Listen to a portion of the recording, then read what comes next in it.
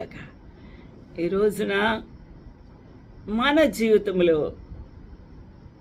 ఆలోచన చేయాల్సిన విషయం ఏమనగా, ప్రభు యొక్క స్వరమును విన్నాడు యోహాను భక్తుడు. ప్రభు యొక్క స్వరమునకు లోబడ్డాడు యోహాను భక్తుడు. ఆయన చెప్పినట్టుగానే ఆ దర్శనమును చూస్తూ ఉన్నాడు, ఆ స్వరమును వింటూ ఉన్నాడు. వాటిని జాగ్రత్తగా వ్రాస్తూ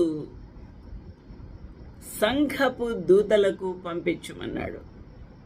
సంఘపు దూతలు ఎవరు అనగా, మహిమా దేహముతో ఉన్న పరలోకపు దూతలు కాదు గాని,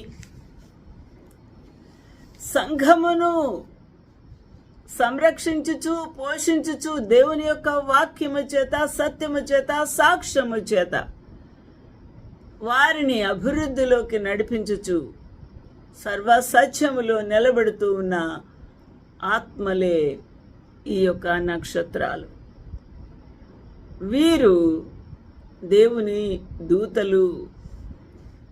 వీరు దేవుని యొక్క బిడ్డల పరిచారకులు, సంఘంలో ఉన్న ఆత్మలకు పరిచారకులు.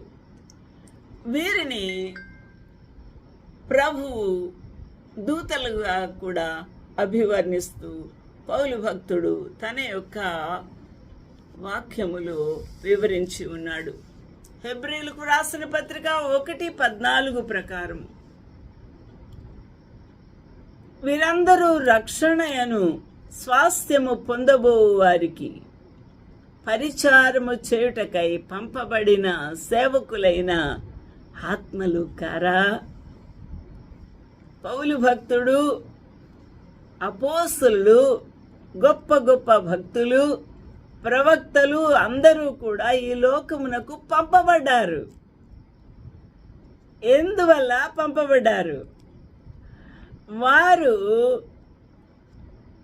అనేకులను నశించిపోతున్న వారు రక్షణ పొందునట్టు, శిక్ష నుంచి తప్పించబడినట్టు, ఉచితముగా తన కృప ద్వారా అనుగ్రహించనున్న స్వాస్థ్యమును పొందబో వారికి పరిచారము చేయుటకై పంపబడిన సేవకులు, దేవుని దాసులు, దేవుని యొక్క ఆత్మలు, వీరే దూతలు.